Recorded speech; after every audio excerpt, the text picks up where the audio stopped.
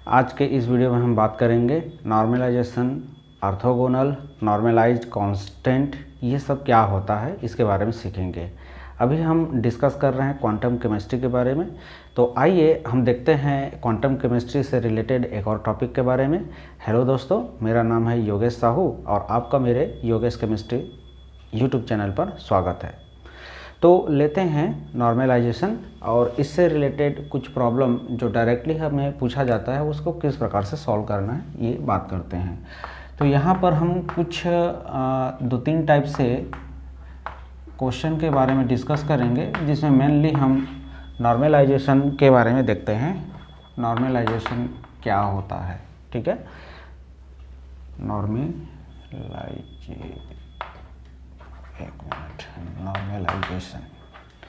Normalisation क्या होता है। देखिए, हम यहाँ पर 2-3 पॉइंट डिस्कस करेंगे। एक ऑर्थोगोनल का कॉन्सेप्ट होगा और दोनों को जब हम मिक्स कर देंगे तो उसको हम ऑर्थोनॉर्मल का कॉन्सेप्ट बोलते हैं। तो ये 3 कॉन्सेप्ट हम देखेंगे, जिसमें से नॉर्मलाइजेशन के बारे में हम डिटेल से थोड़ा देखेंगे, क्योंकि वहाँ से क्वेश्चन बहुत ज़्यादा पूछा जाता है। तो नॉर्मलाइजेशन के बारे में हम बात करेंगे तो यहाँ पर ये एक ही फंक्शन पर बेस्ड होता है। ये एक फंक्शन के बारे में डिस्कस करेगा, एक फंक्शन के बारे में डिस्कस करता है, ये डिस्कस करता है, ठीक है। तो इसके लिए जो फार्मूला हम देखते हैं, ये जैसे कि एक फंक्शन के बारे में ही डिस्कस कर रहा है, तो हम एक फंक्शन लेंगे और उसी का ही हम कॉन्जुगेट लेते हैं, उस फंक्शन का कॉन्जुगेट लेते हैं और उसका ये पैरामीटर जहाँ पर इसको सॉल्व करना है और इसके बराबर होता है 1। इसको हम -इन्फिनाइट से +इन्फिनाइट तक सॉल्व करते हैं, ठीक है।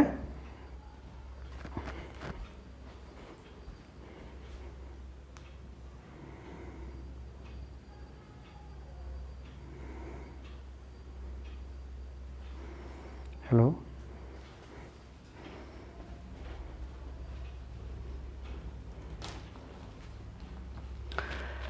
तो ये नॉर्मलाइजेशन के बारे में ये इम्पॉर्टेंट पॉइंट है। यह एक ही फंक्शन पर बेस्ड होगा और इस फंक्शन को इस प्रकार से सॉल्व किया जाता है।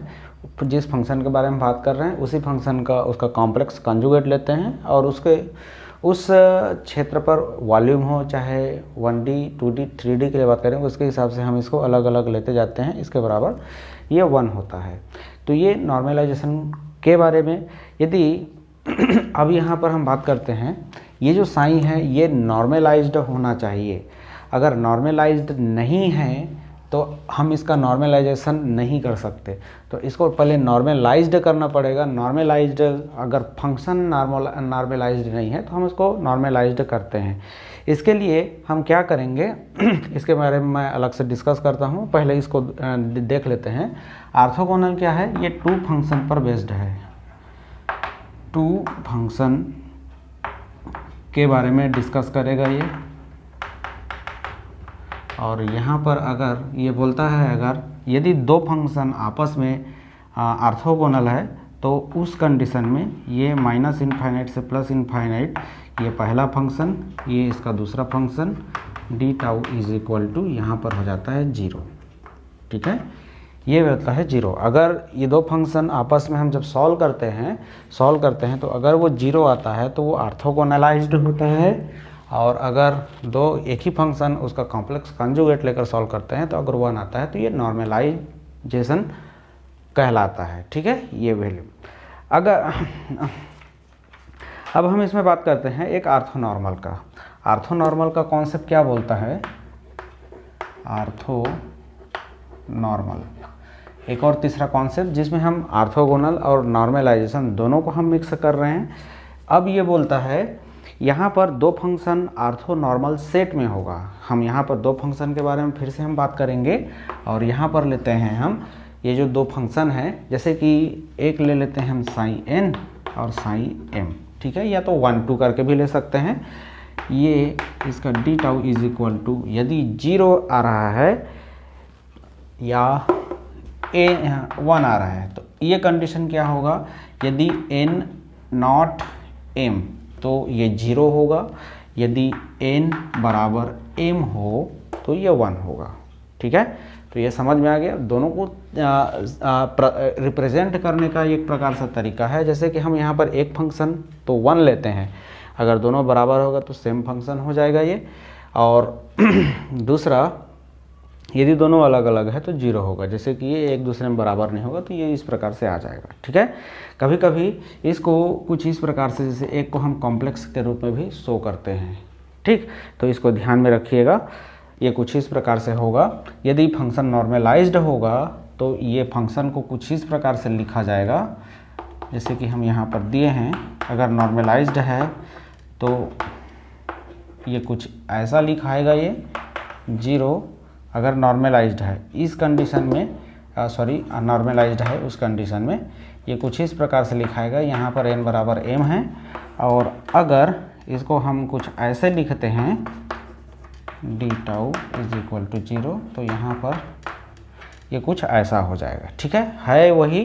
लेकिन जब सेट को दोनों को मिक्स कर दिया जाता है तो ये कंडीशन आपको वहाँ पर दिया जाता है, यहाँ से आपको निकालना होता है। ऑर्थोनॉर्मल के कंडीशन में ये ऐसा है तो नॉर्मलाइज है, ऐसा है तो क्या बोल सकते हो, ऑर्थोगोनलाइज्ड है, ठीक है। तो इस प्रकार से यहाँ पर क्वेश्चन देगा, इसको आपको समझना है। अब हम आते हैं जो नॉर्मलाइज्ड वाला जो कॉन्सेप्ट हम देख रहे हैं, यहाँ पर आते हैं। अच्छा, इसको यहाँ पर जो डी टाउ के बारे में हम बात किए, तो ये जो यहाँ पर एलिमेंट यहाँ पर जो दिखाई दे रहा है, ये एलिमेंट कुछ इस प्रकार से होगा। इसको हम डी एक्स लिख सकते हैं यदि 1D रहा तो, ठीक है। इसको हम डी एक्स डी वाई लिख सकते हैं यदि ये 2D रहा तो, ठीक।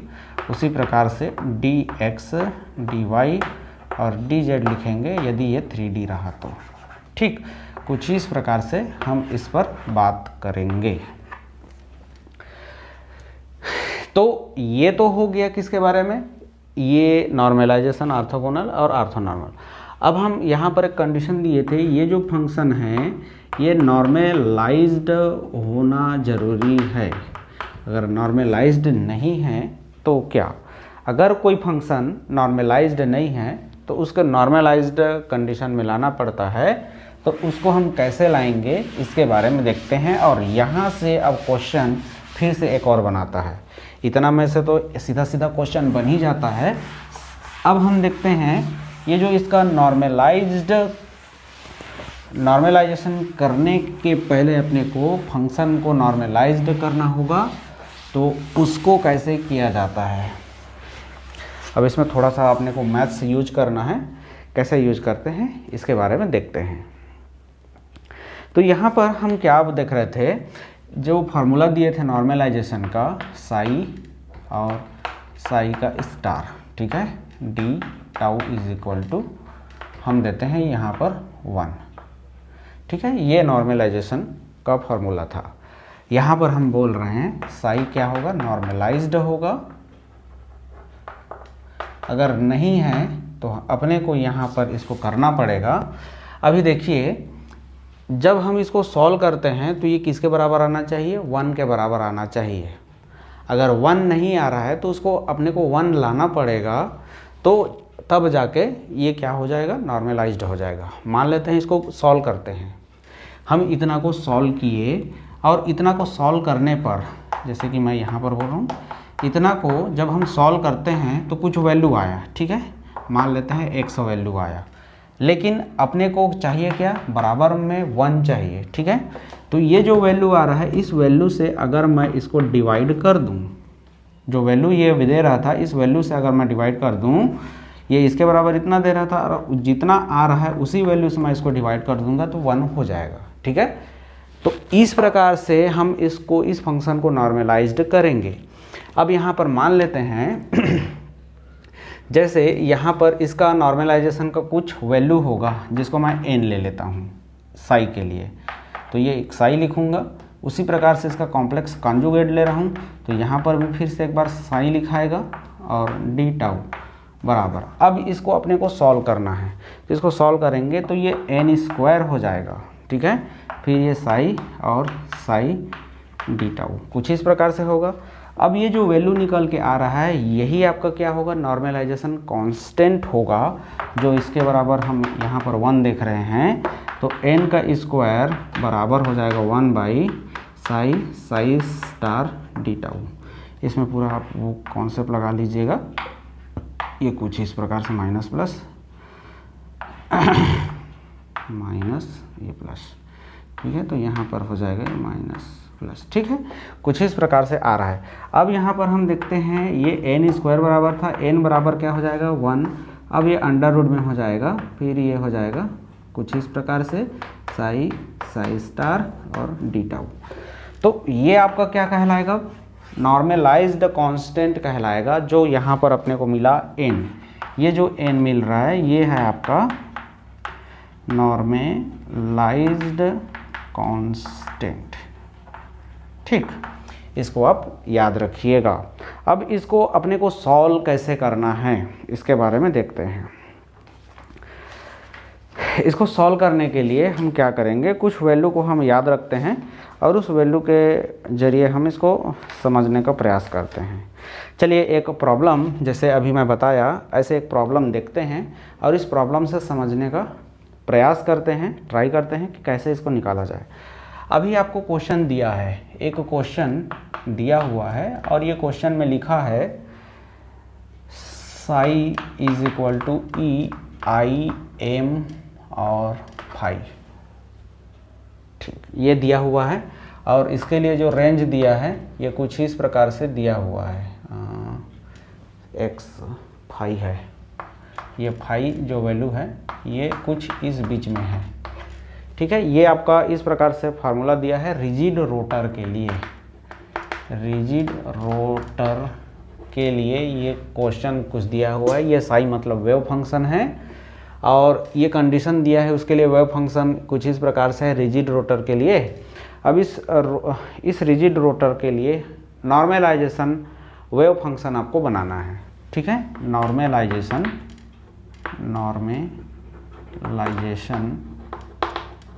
वेव फंक्शन बनाना है। Find the normalisation wave function. ये नॉर्मलाइज्ड कंडीशन में नहीं है तो अपने को इसको नॉर्मलाइजेशन कंडीशन पर लाना पड़ेगा। नॉर्मलाइजेशन के लिए हम क्या करेंगे, अब इसको यहाँ पर क्या होगा, यहाँ पर n लिखाएगा और ये कुछ इस प्रकार से होगा, तो ये नॉर्मलाइज्ड वेव फंक्शन होगा। अब इस n का वैल्यू अपने को निकालना है, ठीक है, जैसे हम यहाँ पर निकाले थे ठीक वैसा ही अपने को यहाँ पर निकालना है। तो चलिए जैसा स्टेप हम यहाँ पर किए वैसा ही स्टेप करते हुए चलते हैं। अपने को वेव फंक्शन का फार्मूला दिया है, नॉर्मलाइजेशन के लिए वेव फंक्शन का फार्मूला कुछ इस प्रकार से होता है और यहाँ पर जो लिमिट दिया है 0 से लेकर 2π तक दिया है ये वाला, ठीक है, ये 0 से लेकर 2π तक। तो मैं इसको किया 0 से लेकर 2π और साई के जगह में अपने को क्या दिया है ई आई एम फाई, ठीक है।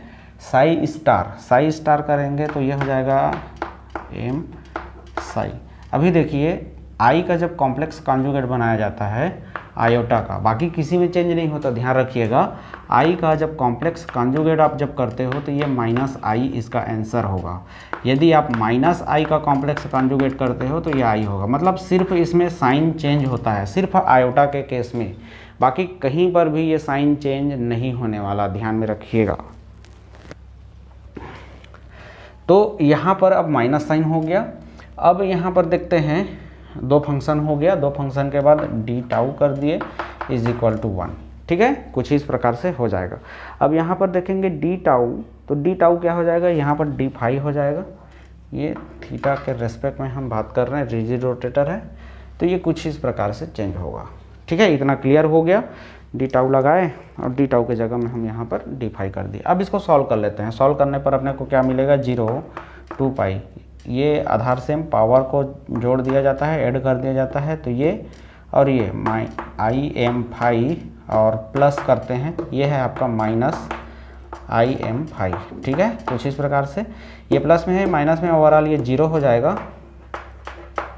तो यहाँ पर आपको मिलेगा 2π और e का power 0 D phi is equal to 1, ठीक है, इसका वैल्यू 1 हो जाएगा। तो यहाँ पर ओवरऑल आपको 0 2π d phi is equal to 1 मिला। मतलब यहाँ पर आपका बोल सकते हो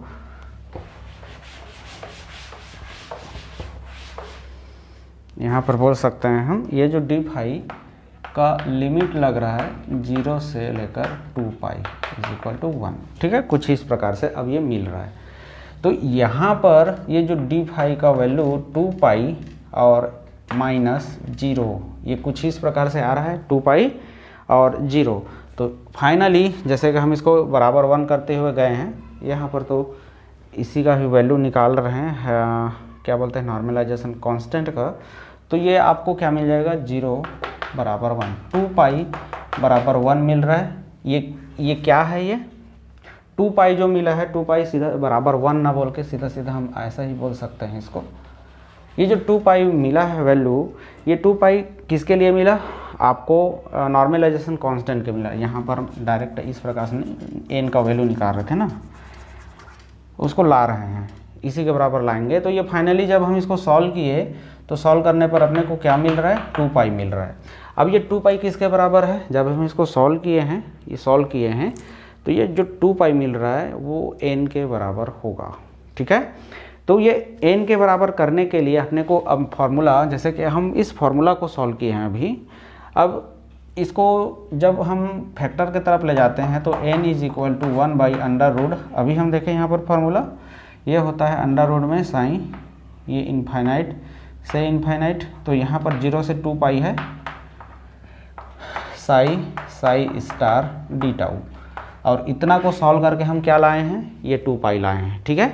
तो यहीं पर हम रख देंगे n इज इक्वल टू, अब क्या मिल जाएगा, 1/√2 पाई, क्योंकि इसको जब हम सॉल्व किए हैं, ये वाला पोर्शन को इसको सॉल्व करते हुए आए हैं, तो अपने को मिला 2 पाई, ठीक है। तो यहाँ पर जो नॉर्मलाइज्ड कांस्टेंट मिला अपने को, ये मिला 1/2 पाई। तो इसका जो नॉर्मलाइजेशन वेव फंक्शन होगा, नॉर्मलाइज्ड वेव फंक्शन, ये नॉर्मलाइज्ड वेव फंक्शन यहाँ पर n के जगह में अपने को क्या रखना पड़ेगा, 1/2 पाई थीटा, ये इसका नॉर्मलाइज्ड वेव फंक्शन हो जाएगा, ठीक है। तो अब आगे देखते हैं, इस नॉर्मलाइजेशन कांस्टेंट को सॉल्व करने के लिए हम एक मैथमेटिकल टर्म्स का यूज करेंगे, इसको हम गामा फंक्शन के नाम से जानते हैं। जनरली यहाँ पर जो प्रॉब्लम दिया जाता है वो थोड़ा कॉम्प्लिकेटेड हो जाता है, जिसको हम आसानी से सॉल्व कर सकते हैं। अभी एक प्रॉब्लम देखें जिसमें सिंपली एक वेव फंक्शन दिया था, उसको हम सिंपल मैथ से हम सॉल्व करके उसका नॉर्मलाइजेशन कांस्टेंट हम कैलकुलेट कर लिए। अगर कुछ कॉम्प्लिकेटेड दिया रहे तो उसको कैसे सॉल्व करना है, उसके लिए हम एक टेक्निक देखेंगे अब, जिसको हम गामा फंक्शन के नाम से जानते हैं, और इसका सिंबल कुछ ही इस प्रकार से रहता है। ये एक प्रकार से मैथमेटिकल टर्म्स है ये, जिसमें मैथ्स के द्वारा हम इसको सॉल्व करने का ट्राई कर रहे हैं, बस और कुछ नहीं है। तो ये गामा फंक्शन से हम इसको सॉल्व करते हैं। अब इसमें जो गामा फंक्शन को सॉल्व करेंगे, इसके लिए हम दो टेक्निक, मतलब 2 प्रकार के कंडीशन हो सकते हैं। यदि आपका जो एक्सपोनेंशियल होता है,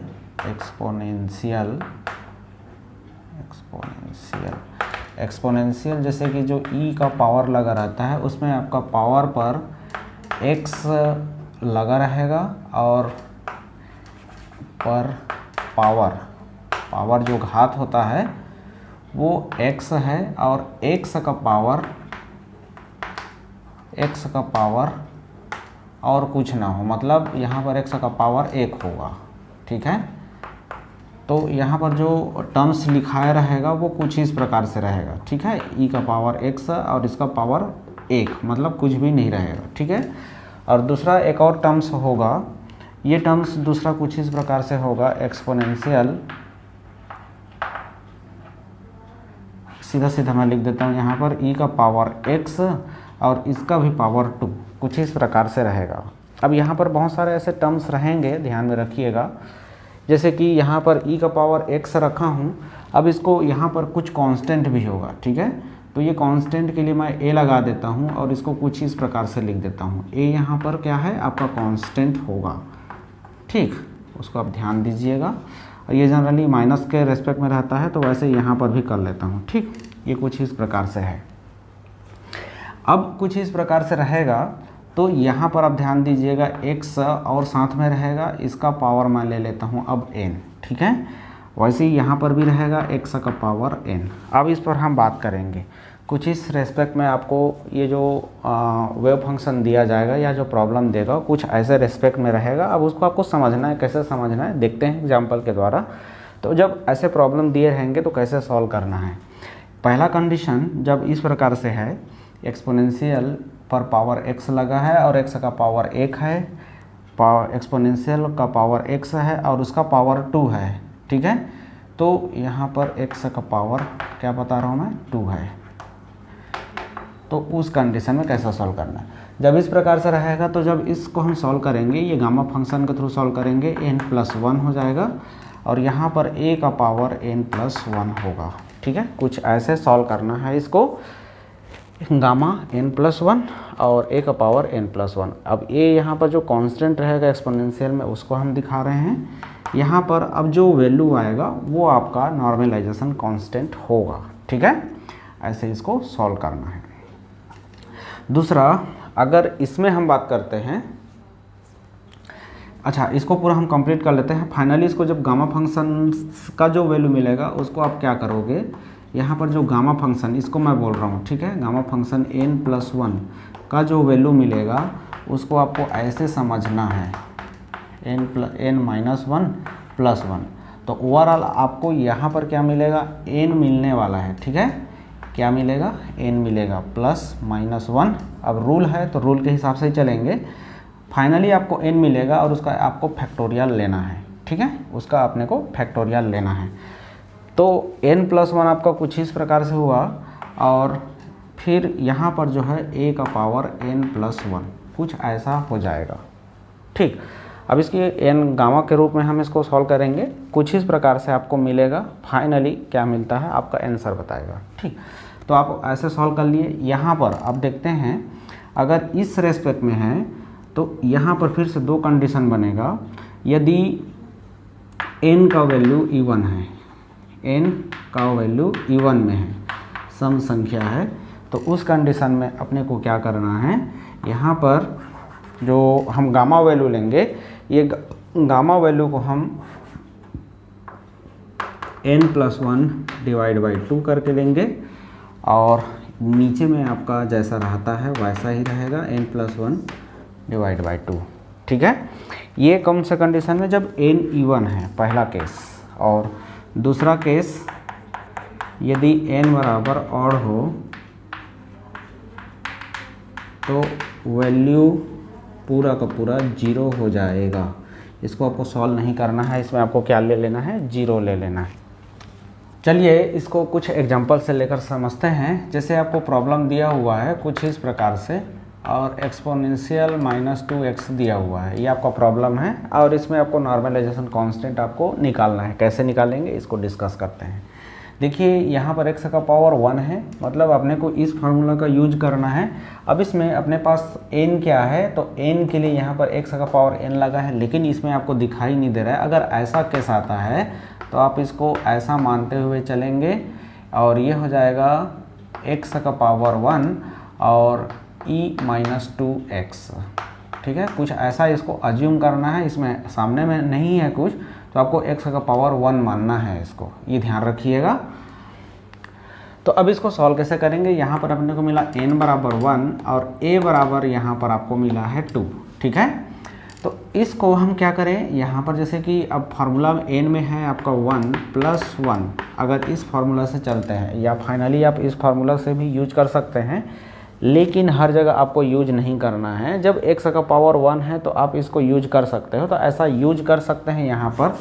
तो आप इसको यूज करते हैं तो ये मिल गया आपको, n में है 1 -1+1। ओवरऑल आपको जो n का वैल्यू है वही मिलेगा, इसमें फैक्टोरियल लगा और a के बराबर क्या है 2 है, तो 2 में आपको 2 a बराबर हो गया 2 और n के जगह में है 1+1, ठीक है। ये आपका 1 फैक्टोरियल और यहाँ पर 2 का पावर 2 हो गया, तो ये आपको मिला 1/4, ठीक है। तो इस प्रकार से यहाँ पर जो इसको सॉल्व कर रहे हैं तो ये आपको मिला 1/4। और आपको पता है जो नॉर्मलाइजेशन कांस्टेंट होता है ये आपको मिलता है √ और माइनस प्लस, और यहाँ पर जो फंक्शन रहता है वो, और ये फंक्शन के रूप में आपको ये मिल रहा है, ठीक है। तो आपको पता चल गया 1/4 इसका क्या मिल रहा है, आंसर मिल रहा है। तो इसका अंडर रूट क्या हो जाएगा, ऐसे केस में ये अंडर रूट आपका नॉर्मलाइजेशन कांस्टेंट हो जाएगा। ठीक है, तो इस केस में ये जो आपका फंक्शन दिया गया था -2x, तो इसको जब सॉल्व करते हैं ये वाला को, इतना को, तो आपको मिल रहा था 1/4 और ये अंडर रूट में था तो ये आपको मिल गया 1/2। ठीक है, तो ऐसे आपको आंसर निकालना होगा नॉर्मलाइजेशन कांस्टेंट का। चलिए दूसरा एग्जांपल देखते हैं और उससे समझते हैं कैसे सॉल्व करेंगे। ठीक, अगला एग्जांपल ले लेते हैं। फिर जैसे कि x का पावर 3 और e का पावर -2x, फिर इस टाइप से ले लेता हूँ मैं और इसको सॉल्व करते हैं 0 से इनफाइनाइट, जैसे भी दिया रहे इधर लिमिट से तो उतना मतलब नहीं, इसको सॉल्व करना है। अब इसमें आपको दिखाई दे रहा होगा n बराबर 1 और a बराबर 2।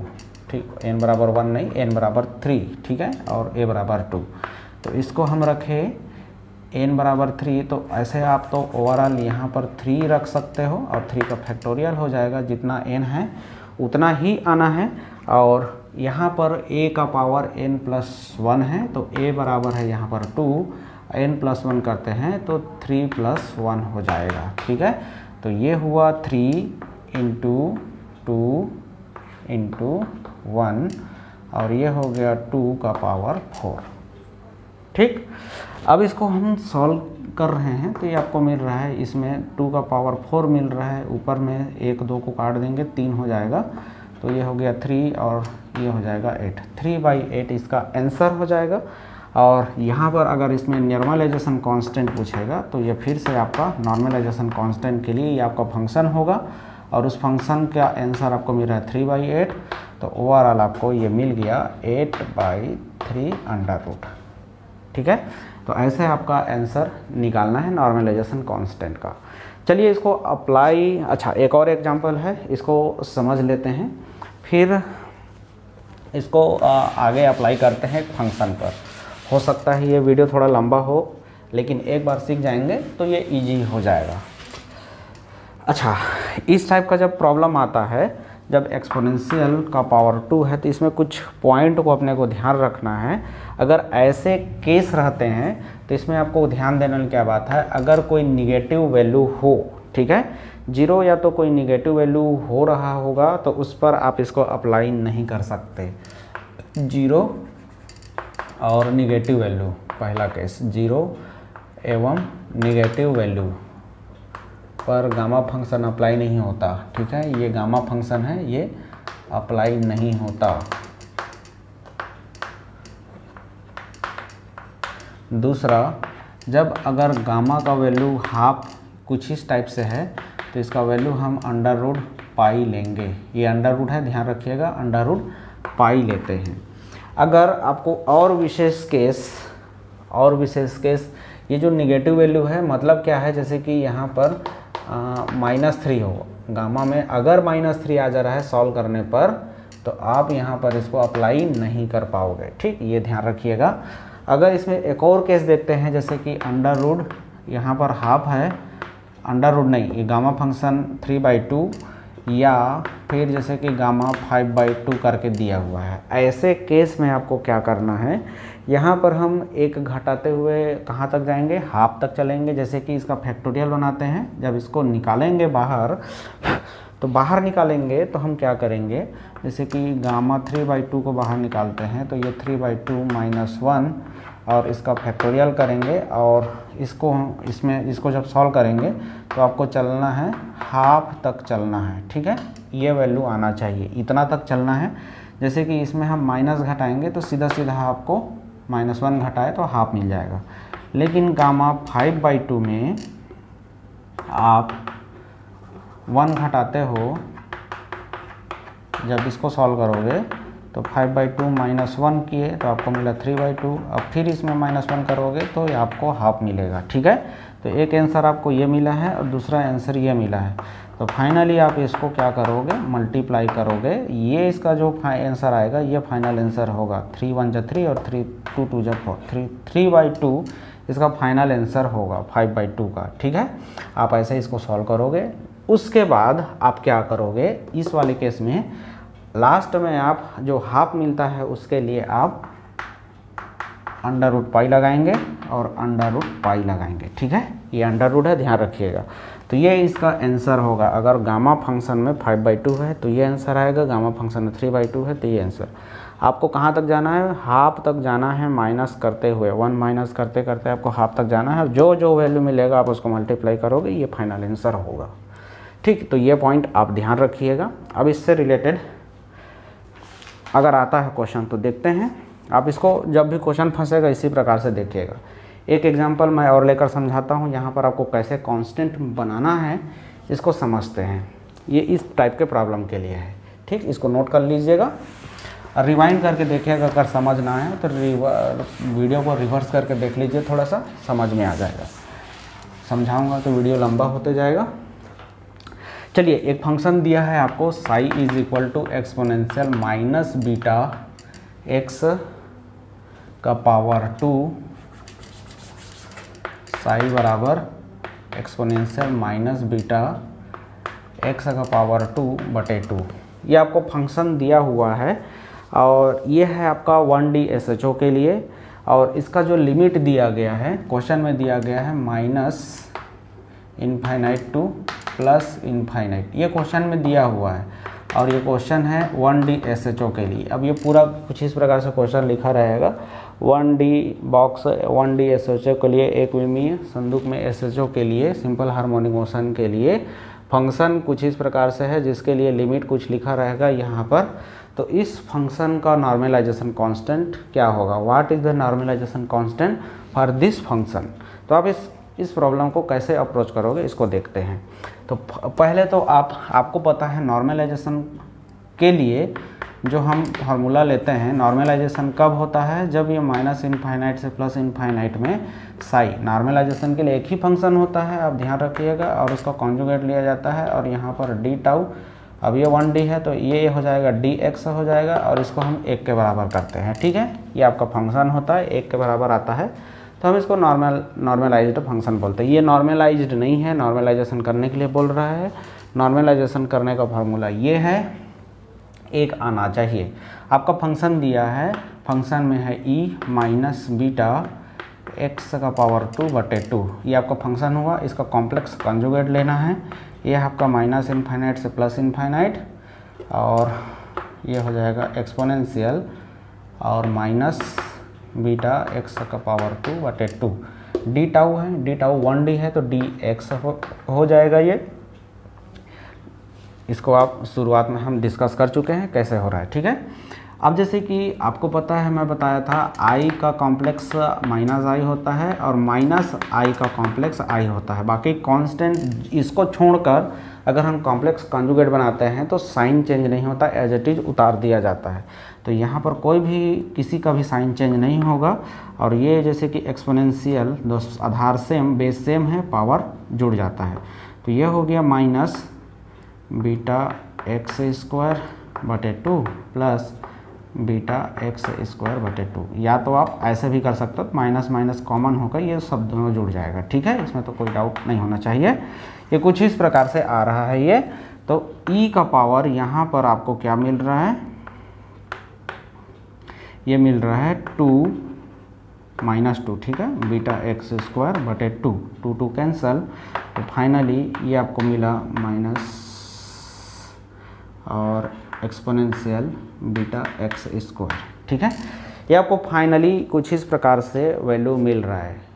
अभी तक ये पूर्ण रूप से सॉल्व नहीं हुआ है। देखिए, अभी इसमें हम वैल्यू निकालेंगे। अब इसका वैल्यू नॉर्मलाइजेशन कांस्टेंट, अभी ये सिंप्लीफिकेशन हुआ है, अब इसको आपको सॉल्व करना है फाइनली।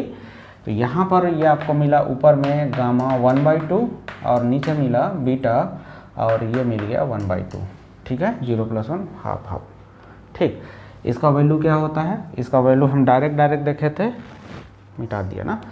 गामा हाफ का वैल्यू आता है अंडर रूट, हम लेते हैं पाई, और ये आपका मिल रहा है बीटा का पावर हाफ। ठीक है, कुछ इस प्रकार से है, या तो इसको भी आप अंडर रूट कर सकते हो हाफ को। ठीक। तो फाइनली आपको ये मिल रहा है इसका वैल्यू पाई बाई बीटा। ये किसके बराबर है? इस फंक्शन को जब सॉल्व किए तो आपको मिला under root pi by beta. अब आप एन बनाओगे, एन के लिए आपको क्या करना है, अंडर रूट और यहाँ पर आपका फंक्शन हो जाएगा। ये फंक्शन को आपको सॉल्व करना है। ये नॉर्मलाइजेशन वाला फंक्शन का जो फार्मूला है वो ये कुछ इस प्रकार से जो रहता है, और इसको हम सॉल्व किए हैं ये वाला प्रॉब्लम को। तो इस प्रॉब्लम को सॉल्व करने से अपने को क्या मिला है, under root pi by beta. Finally ये आपको मिल गया बीटा बाई पाई ये अंडर रूट में। ठीक है, तो एन बराबर आपको यहाँ पर मिला, एक मिनट थोड़ा सा मिस हो रहा है ये यहाँ पर और क्या लगेगा, अंडर रूट लगेगा ना। तो ये आपको मिल गया अंडर रूट और उसका भी अंडर रूट है ना। तो ये क्या हो जाएगा, वैसे तो आप इसको क्या लिख सकते हो, कॉम्प्लिकेट ना करके, मैथ्स वालों को समझ में आसानी से आ जाता है, बायो थोड़ा दिक्कत होता है। तो यहाँ पर आप इसको क्या लिख सकते हो, अंडर रूट ये पाई बाई बीटा और इसका पावर है हाफ। ठीक है, अब ये भी हाफ लिख सकते हो पावर में। तो ये हो जाएगा अंडर रूट ना लिख के पाई बाई बीटा और ये हो जाएगा 1/4। फाइनली ये हो गया बीटा बाई पाई, ऊपर गया तो, और ये हो जाएगा 1/4। ठीक है, तो ये नॉर्मलाइजेशन कांस्टेंट का वैल्यू हो जाएगा। तो ऐसे ही इसको सॉल्व करना होता है। अब ऐसा टाइप का क्वेश्चन पूछा जाता है तो इसमें उलझना बिल्कुल नहीं है, ये बिल्कुल सिंपल तरीक़ा से सॉल्व हो जाता है। ठीक है, तो ऐसे इसको आसानी से सॉल्व किया जा सकता है। अच्छा, कुछ पॉइंट है जिसको आप डायरेक्टली रट्टा मार सकते हो या नोट कर सकते हो, सॉल्व करोगे तो भी आ जाएगा। कभी कभी सिंपल क्वेश्चंस आपसे पूछ दिया जाता है, आपको जैसे ज़्यादा सेट लेवल पर अगर पूछता है तो एकदम से बहुत ज़्यादा एडवांस नहीं होता, इतना सिंपल रहता है।